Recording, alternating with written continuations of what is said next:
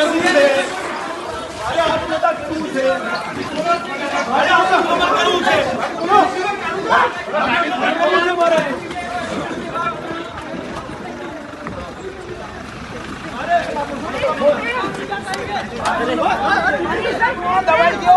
મનીષભાઈ આ બાજુ આવો જલ્દી.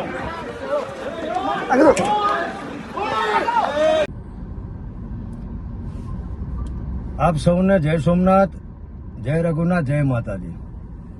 આજે શ્રી રાષ્ટ્રીય રાજપૂત કરણી સેનાના અગ્રણી આગેવાન ભાઈ શ્રી રાજ શેખાવતજી એ આહવાન કર્યું હતું કમલમના ઘેરાવનું.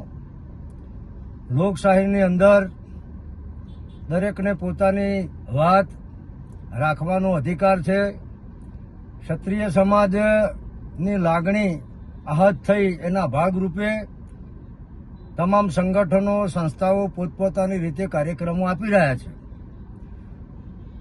કોઈ પણ બાબતની અંદર રજૂઆત જે થતી હોય એ રજૂઆત કરવાની લાગણી આક્રોશ વ્યક્ત કરવાની હોય.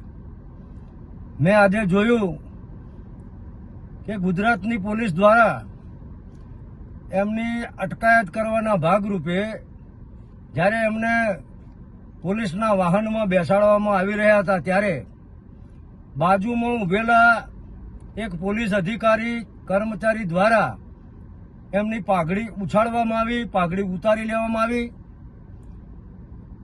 આ બાબતનો સમગ્ર ગુજરાતની સંકલન સમિતિ અને ક્ષત્રિય સમાજ વતીથી હું વિરોધ નોંધાવું છું. આ પગલાંની નિંદા કરું છું. આ પગલાંને વખોડી નાખું છું. પાઘડી એ સ્વમાનનું પ્રતીક છે, સ્વાભિમાનનું પ્રતીક છે. પાઘડી એ કોઈ વ્યક્તિગત બાબત નથી. પાઘડી એટલે અસ્મિતા, પાઘડી એટલે ગૌરવ, પાઘડી એટલે આન બાન શાન. તો હું ગુજરાતના ગૃહમંત્રી, મુખ્યમંત્રીને પણ અપીલ કરું છું કે આ કૃત્યમાં જે બી કર્મચારી, પોલીસ અધિકારી જવાબદાર હોય એને તાત્કાલિક અસરથી સસ્પેન્ડ કરવામાં આવે અને રાજ શેખાવતજીની જે અટકાયત કરવામાં આવી છે એમને તાત્કાલિક મુક્ત કરવામાં આવે એવી હું પુનઃ વિનંતી કરું છું. અમારું આંદોલન ખૂબ સંયમથી, ધીરજથી ચાલી રહ્યું છે અને આ પ્રકારનું કૃત્ય એ આ આંદોલનને અવળા માર્ગે પણ લઈ જઈ શકે છે.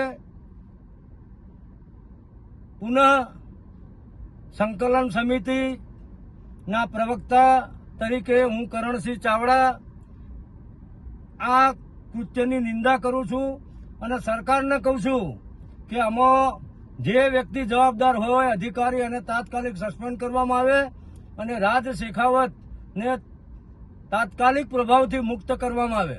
જય સોમનાથ, જય રઘુનાથ.